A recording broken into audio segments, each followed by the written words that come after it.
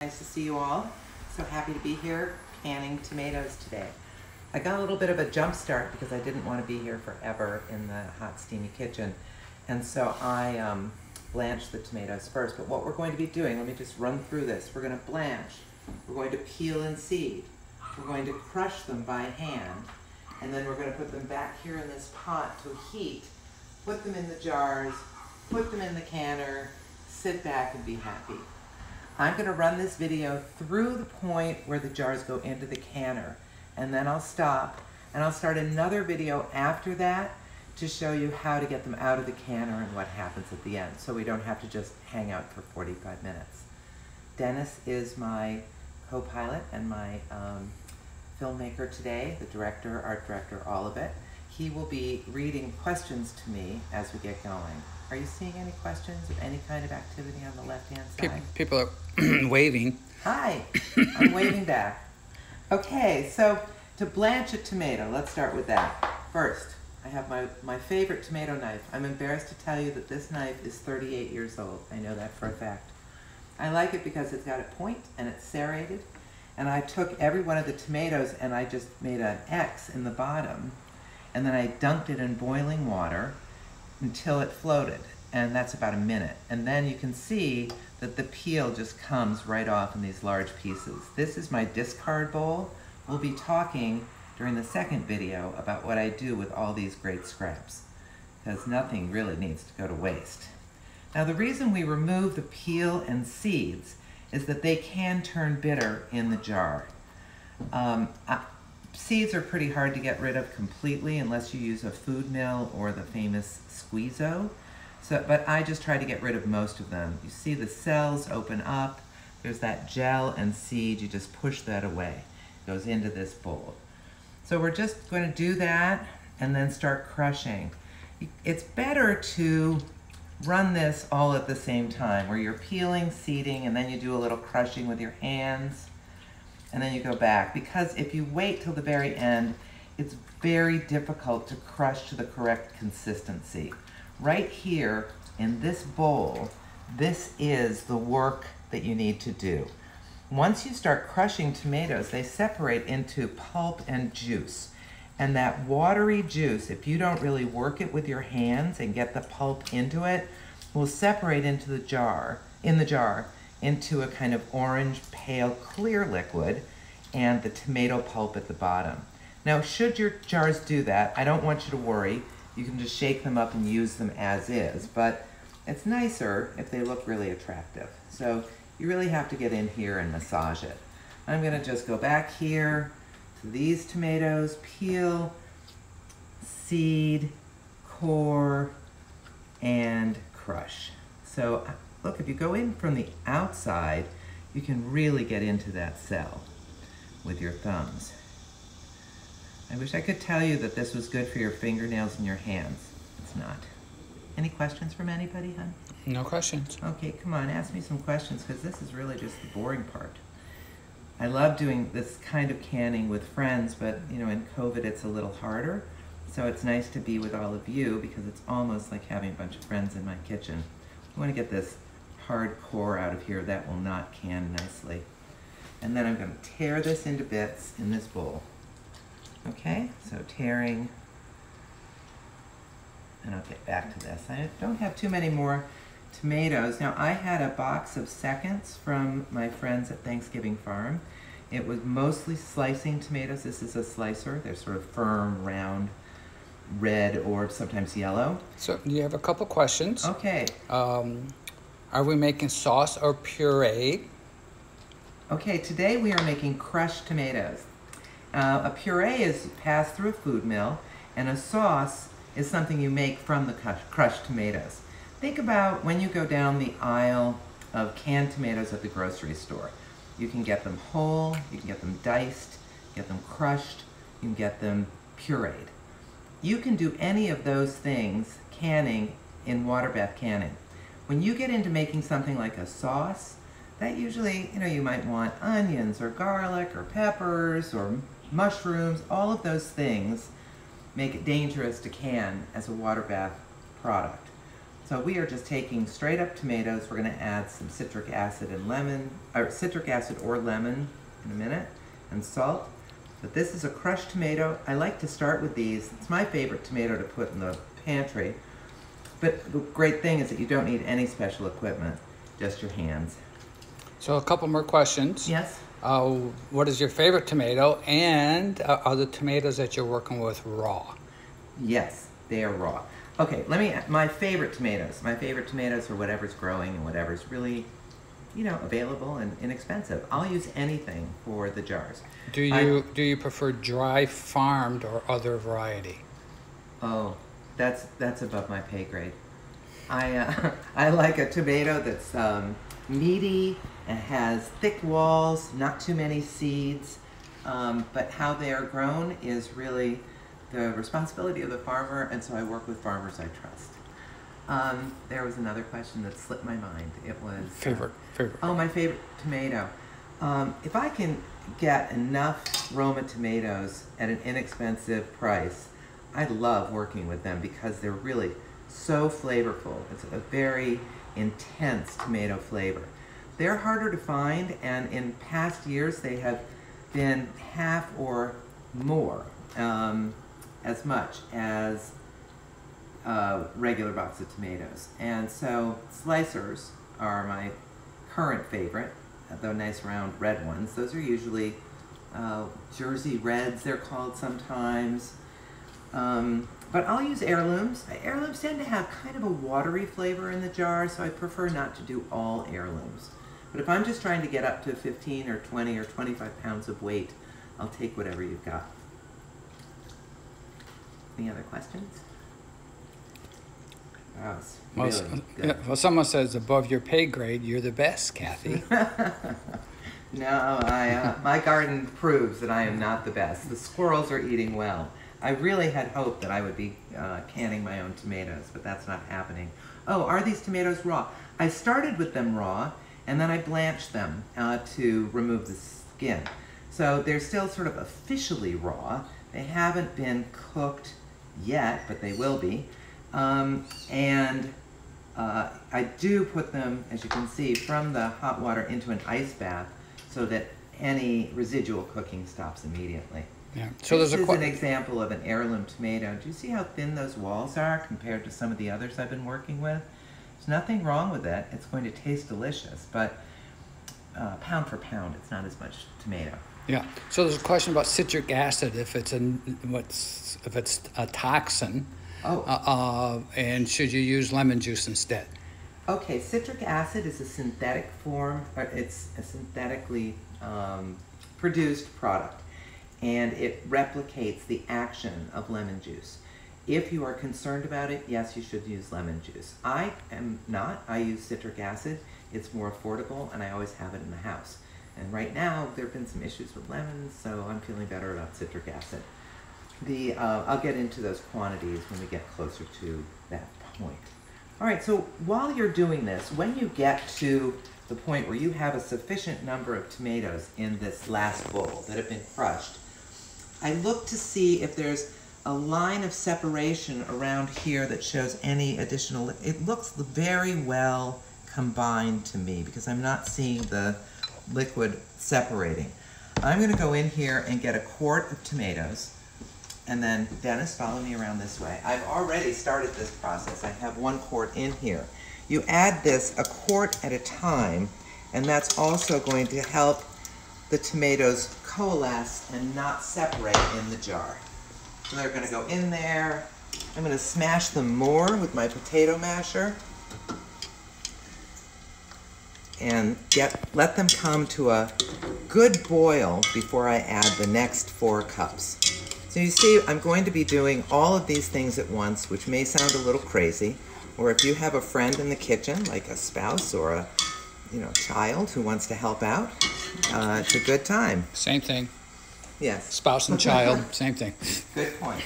All right, I'm going to go back here. So we're blanching, we're peeling, we're seeding, we're coring, we're crushing, and we're cooking all at the same time. What else are you growing in your garden?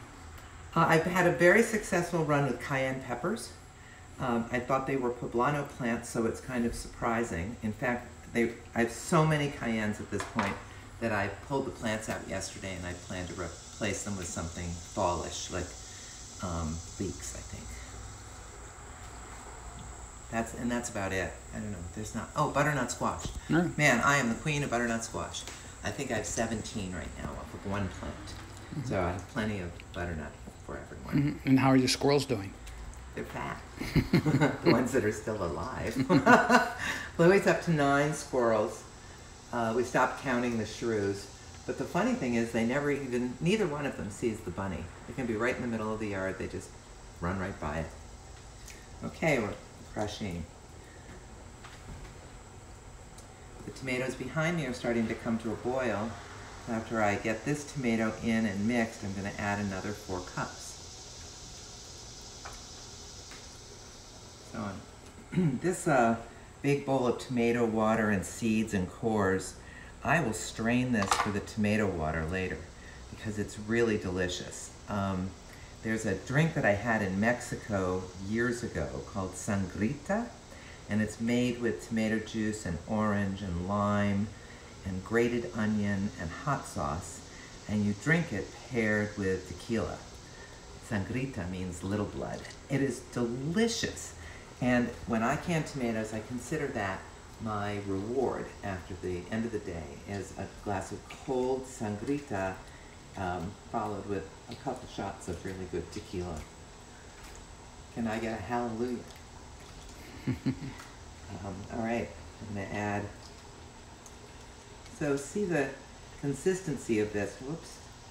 Now you see how I make a mess in here too. But we want these pieces broken down. If you bought crushed tomatoes at the store, you know what we want this to look like.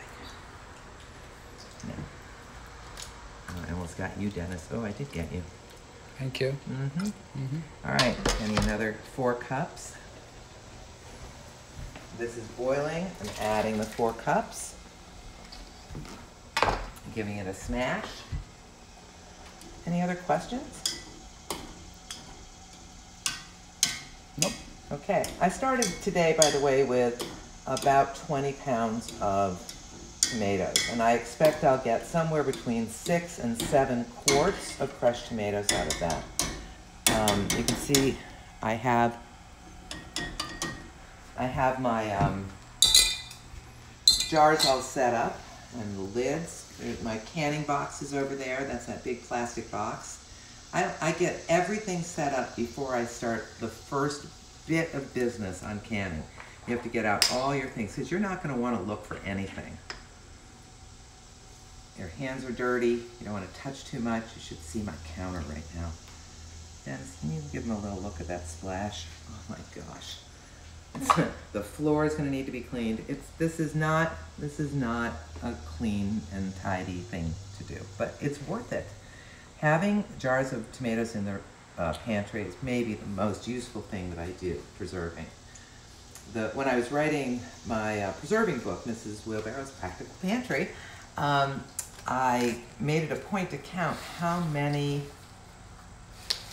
thank you, Dennis, how many cans of tomatoes I was carrying home from the grocery store every week. And I did that for about 6 months just to see what our usage was. And between soups and stews and chilies and shakshuka, which is one of our favorite meals, I was using a lot of tomatoes. And I found, 40 quarts preserved in the summer would get me through till the following summer. That sounds like a lot, but I'll do 7 today, and it's really just 5 or 6 more times like this. So there's a question, how long should the tomatoes cook? They can keep cooking while you're doing this. I keep adding these 4 cups. It's not going to hurt them. You don't really want them to cook down a lot, but it's not going to hurt. This is the act of getting them hot enough to go into the jars to be preserved. Any more questions? No. Either I have experts here, or who's there? Who's saying hi? Let's see, Bonnie's there. Hi, Bonnie. Bonnie's probably asking the smart questions.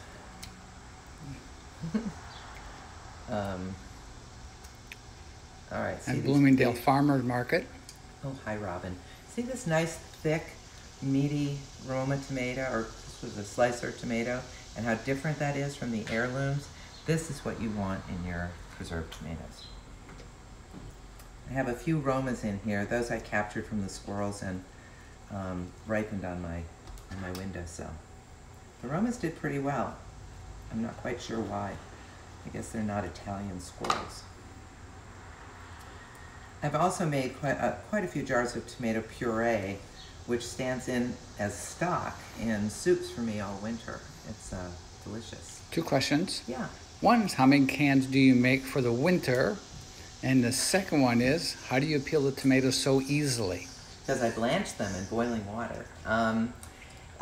So I make about 40 quarts a year, and I plan to do that as long as I can. Sometimes you'll be going along in the summer and tomatoes are abundant and inexpensive, and then we'll have a weather event, or we had tomato blight a few years ago and things were looking great, and then suddenly mid-August there wasn't a tomato to be found.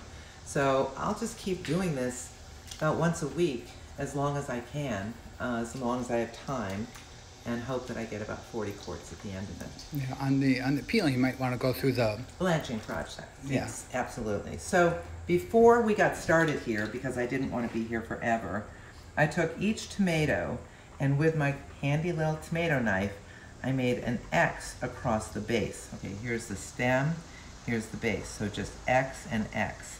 And I had this big pot of boiling water that I'm now going to be using for canning. And I would throw like this many tomatoes, maybe more, maybe 8 tomatoes into the boiling water. And as soon as they pop up to the top, what it means is that the water has gotten under the skin. And so when you take them out, put them in an ice bath, the skin just pops right off. Do you cook down the puree? If you want to, I guess there's no hard and fast rule on this. You can cook it down to make it thicker if you want, but having it thinner means that it has more usefulness. So I like a thinner puree, and if then I want to thicken it before I add it to a recipe, I might do that. You can't thin it, you can only thicken it. All right, the tomatoes are really boiling over there now.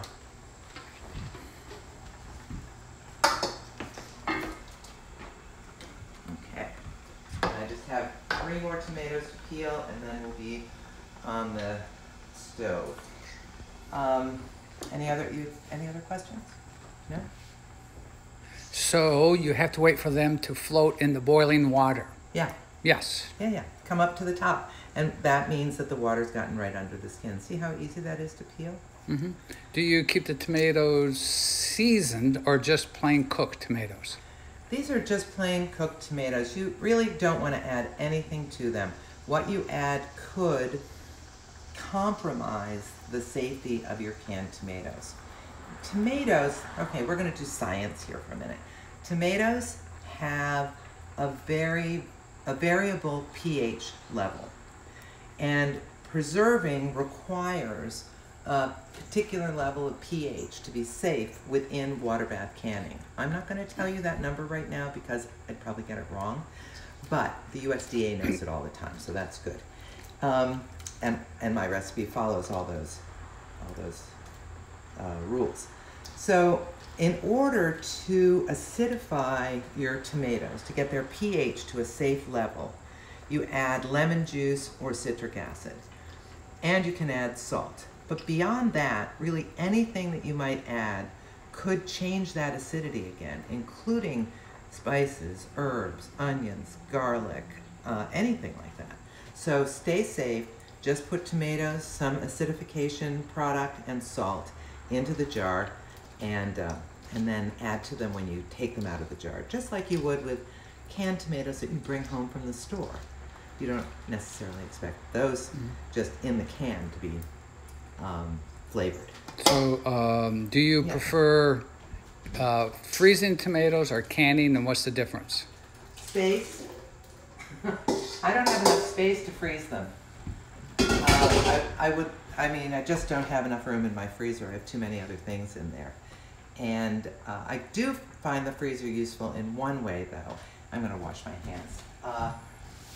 If you are gardening and you're not being besieged by the squirrels and you actually are getting tomatoes out of your garden, well, depending on how big your garden is, it's unlikely that you would have 25 pounds at one sitting and available. You can come around here now. So you can, keeping track of the weight of the harvested tomatoes, put that whole tomato without cutting it or anything, whole tomatoes into Ziploc bags and pop them in the freezer while you get your weight up to whatever's convenient for canning. And the beauty of it is when they come out of the freezer, because of the water content in a tomato, they kind of like collapse down and the peel just lifts right off. So you can skip the whole blanching process. The other thing is, a lot of people really hate this blanching, like dipping the tomatoes into the hot water and peeling them and getting the seeds out. My hands are all wrinkly now from it. And I understand it. You should do what works for you. So here are a couple of other options. You can cut up whole tomatoes, peel, seeds, everything, soften them for maybe 15-20 minutes till you've got them boiling in a pot like this, and then run them through the food mill. And the food mill will remove the seeds and the peels for you. So then you have a puree. Okay, the other thing you can do is you can cut your tomatoes in half and just run them on the large holes of a grater until you have nothing but the peel left in your hand. And that way you can just use what falls through the grater. You will get more seeds that way. So you can freeze them, you can put them through the food mill, or you can grate them on a grater if you don't want to blanch them. Okay? Bonnie says the pH of tomatoes is 4.6. Thank you, Bonnie. And there's an additional comment about citric acid being a new concern, that there's a new concern of it that is toxic. The concern actually is about it being an allergen because it's formed from aspergillus, something like that, a mold. And that mold can trigger allergies. So I understand if you don't want to use citric acid, and I'd say don't use it, just use lemons. You can use bottled lemon juice if you want. Anything else? Mm. All right, so this is coming up to a boil, and I'm prepping for canning at this point. By the way, I want to talk about this. This is Kilner makes this extra long canning spatula, and what's brilliant, see this little cutout? It just fits right on the side of the pot. I love it so much. Really smart product. All right, let me reach for the funnel. I want this to boil now for about 5 minutes. Not a little boil, but really a pretty significant boil. So I'm turning this up. I think the last time I did a live, we were talking about jam and about the foam on the top of the jam and how when the foam is gone, you know your jam is ready. This foam represents the water content coming up out of all of this. And it's really the same thing with tomatoes. If you can boil this till most of the foam is gone, you'll have a nice product that won't separate in the jar. I know I keep talking about that, but it's such a aesthetic issue that people really worry about this separation. So if it happens, don't worry, just use the tomatoes, but work to make this as cohesive as possible in order to avoid it. There's a comment that I may be the best videographer ever. Oh my gosh, thank you. I can't imagine who said that. Is your family on there? It's much better than me trying to hold and stir at the same time, I have to admit. So this is now, see now there's a good boil starting. You see the foam. We're gonna let that go for about 5 minutes. So let's talk about my setup here. I'm set up with my jars. I've washed them in hot soapy water, rinsed them well, and put them upside down on a clean towel on this baking sheet. It used to be that you had to boil these jars. That was an old rule. The new rule says just hot soapy water. I'm going to turn them over now to get ready to fill them. I have a variety of sizes. I've got a lot of quarts. This is a pint and a half, I think. Yeah, 3 cups. And I have pints, because I like variety in this size looks. I don't know what I'm going to be using it for. So I'll do as many different sizes as I can. Whoops. Okay, I'm gonna wash that.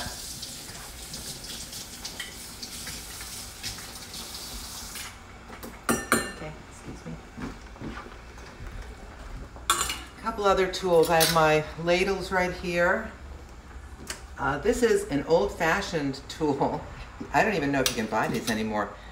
This end you used in the jar to stir things around and make sure the air bubbles come out.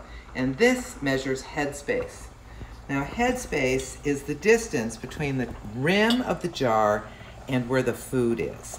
And in tomatoes, you want a 1/2 inch headspace. There's an easier way. These rings on the jar represent a 1/4 inch, a 1/2 inch, and 1 inch. So you just want to get your tomatoes to that 1/2 inch place. I've got my citric acid and my salt. I understand people are concerned about citric acid, and I respect that. Let me measure. Now, I never do this from memory. Yes? Would it be beneficial to keep the jars in the oven while you prep? People used to do that in order to keep the jars warm so that the hot liquid wouldn't snap the jars. But my kitchen's really hot right now. I'm not that worried about it. Some people will do it. If you want to, you're welcome to. It's not been part of my regular practice.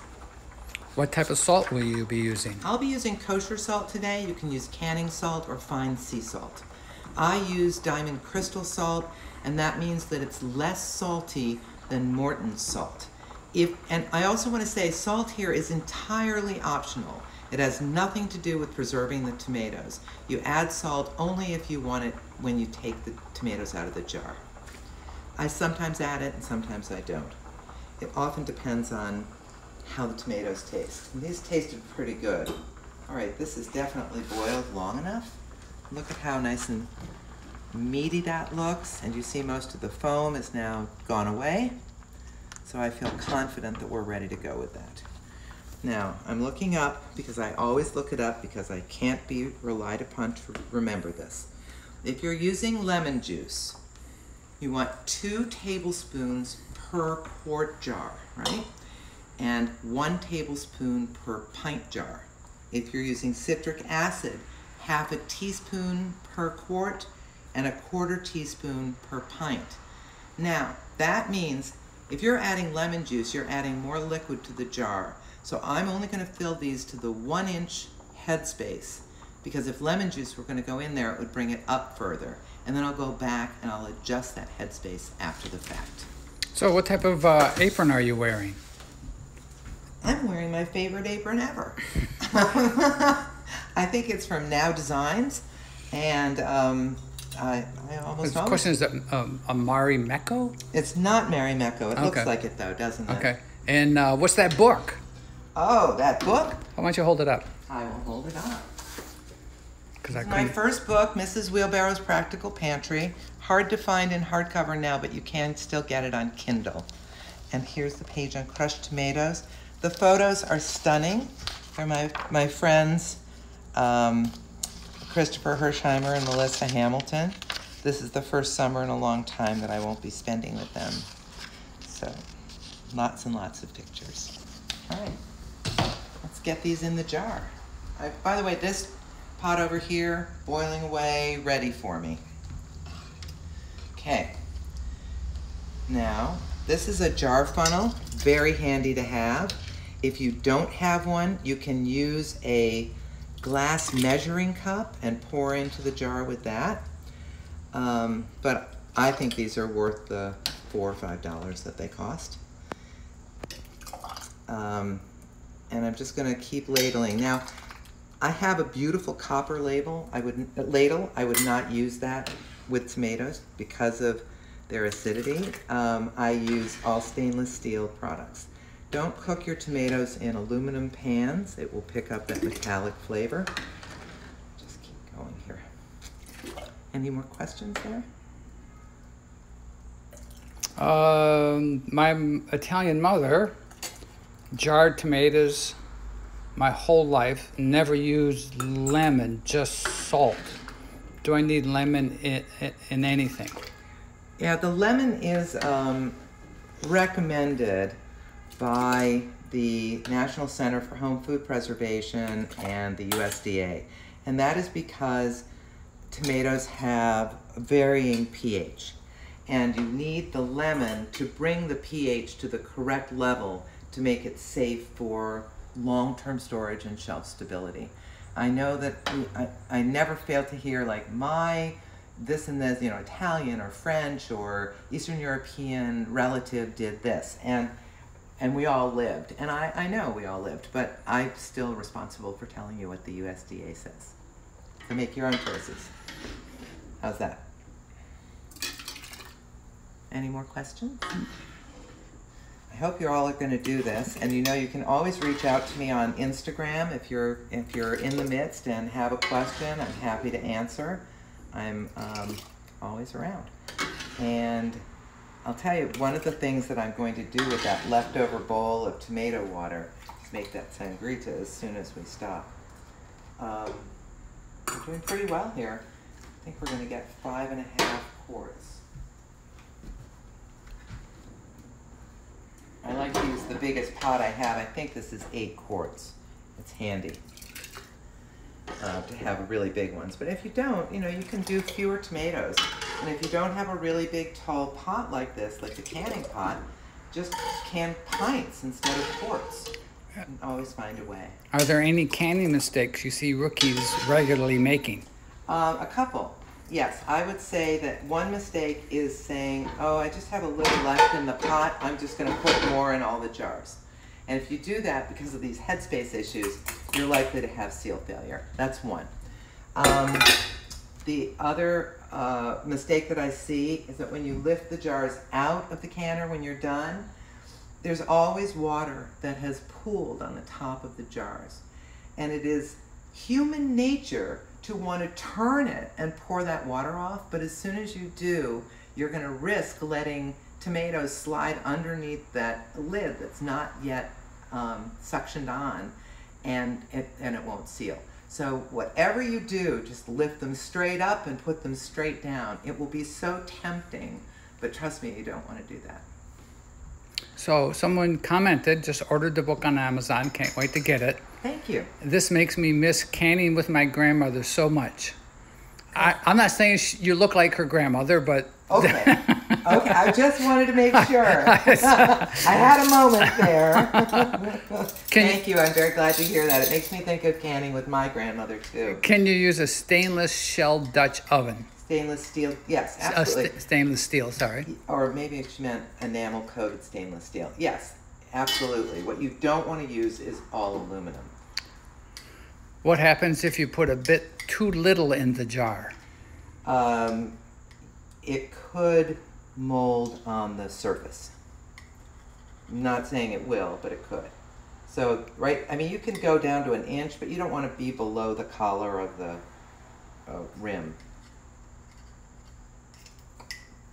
Yeah, it was stainless. It was steel. Yeah.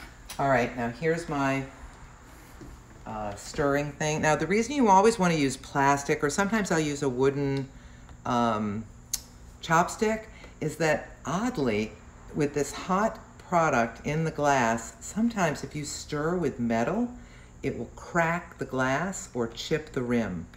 So you always want to use plastic or wood.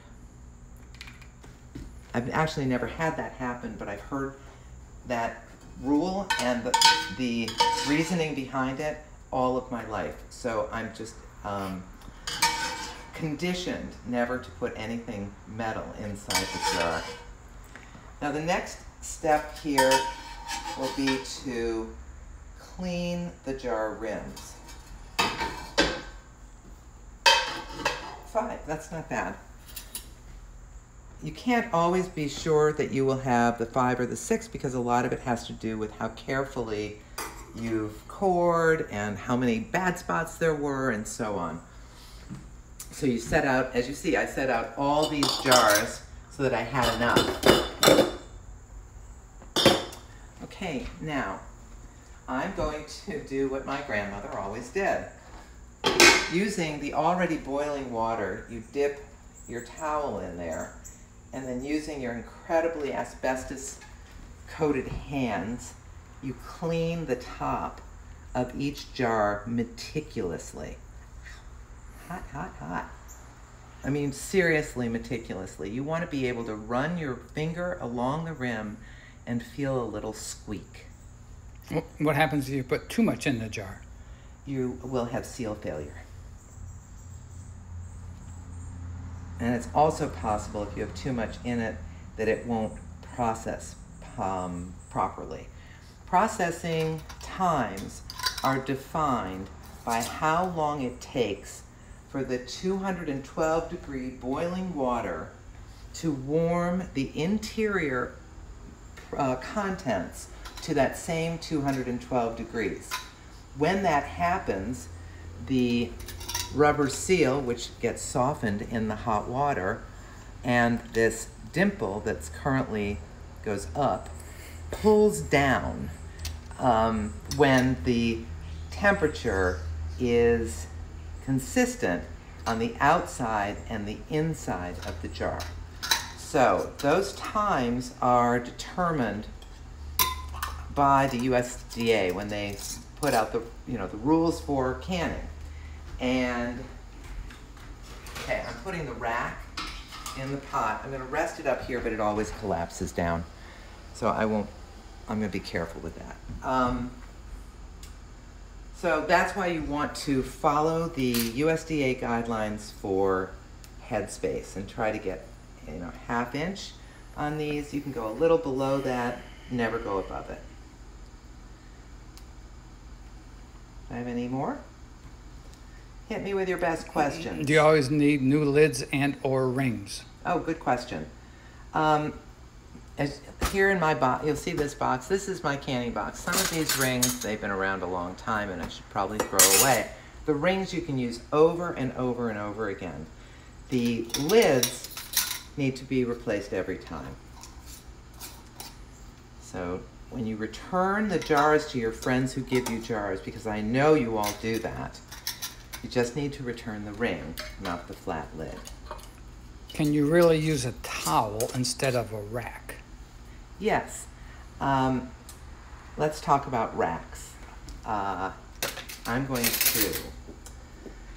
So this is an actual canning pot. It's made by the Ball Company. It's great. I love it. It's so big. I can cook a lot of other things in it too. And these racks are totally annoying because these parts are going to fall down as I try to lift these jars and put them in. There it goes. And then once they fall down, you can't get around them. It's completely aggravating. So often I will just put a cake rack in the bottom of the pot, and that keeps the jars up off of the bottom. The reason you want a rack is that as this comes to a really vigorous boil, you don't want the jars jiggling on the bottom of the pan and breaking. I have had jars break in the canner. It's a very sad moment. You hear a big pop, and when you open the top, it's got tomatoes floating all over the top, and you pick it up and just the jar comes up and all the tomatoes fall out. So here we are. We've got 5 jars in there. Now here's one of my favorite tricks. I like really sparkling, clean jars. So a little glug of white vinegar in the boiling water will get your jars sparkling when they come out. Put on the lid and set your timer for 45 minutes. And now we're done. Thank you very much. I will come back in a little bit and show you the pinging, and maybe I'll make a sangrita in the meantime. Thank you. Save this, Dennis. That's right, right there. Uh-oh. You just had an option to